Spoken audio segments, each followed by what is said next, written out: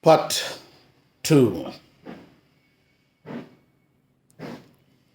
Winston moves towards the laboratory and he meets the dark-haired girl whom he had been suspecting to be a spy on him, Julia, with a sling on her hand.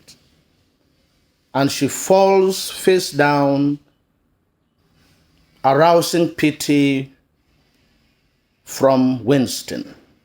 In an attempt to help her up, she slips a piece of paper into his hands with the inscription, "I love you." Winston is surprised, yet impatient to find out the meaning in the note or what is written in there. He also contemplates if it is a trap set for him because he had always believed that she belongs to the thought place. This note makes him to develop a strong desire to meet her, to know her more, and to live a fulfilled emotional life. Many days pass by without him having the occasional opportunity to speak to her, making him nervous and impatient. They get the opportunity and they discuss looking down to avoid being noticed or detected by the telescreens. Julia and Winston plan a meeting at Victory Square because they can hide from being monitored by the telescreens in the crowd.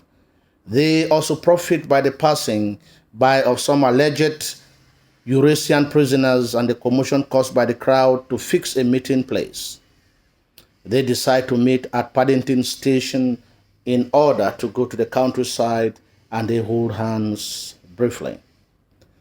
Part 1 is practically about Winston, his motives, fears, and desires, work life, and nature. There are other chapters that focus on Julia to give a direct contrast to Winston. Unlike her, Winston has a pre-party history. She is a fresh product of the new development political order in Oceania. She is the co-conspirator of Winston and contrasts with him in personality. Whereas Winston is pessimistically fatalistic about the future, Julia is optimistic about the facts of life and accepts her lot for what it is. She is sensual, sexual, practical, or pragmatic. She and Winston finally share erotic moments and a real affair that he had ardently longed for. Orwell introduces the true nature of Winston's conflict, which will inevitably lead to his doom. Until this moment, Winston has simply remained another attention to himself, except for the orthodox thoughts as in his head and the diary which he keeps, where he can be able to manifest his rebellion against the party. He now decides to act on his thought and feeling and involves another character, a risky adventure considering the political environment in which he lives. His rebellion against the party principles and ideology involves someone else, pushing it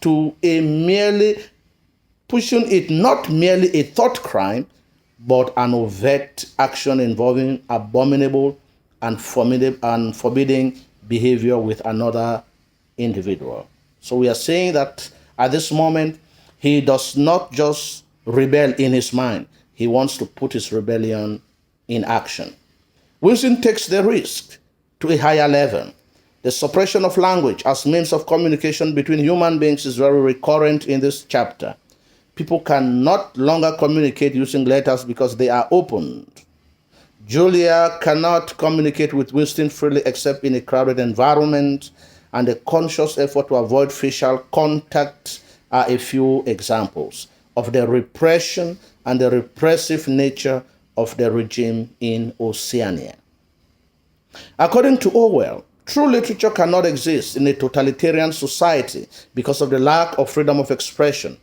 A free writer is not intimidated or thinking freely or cannot think freely in Oceania because there is too much of censorship and monitoring from the party apparatus.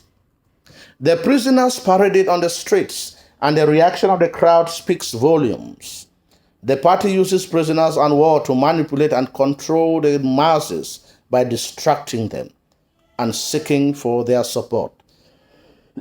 Excuse me.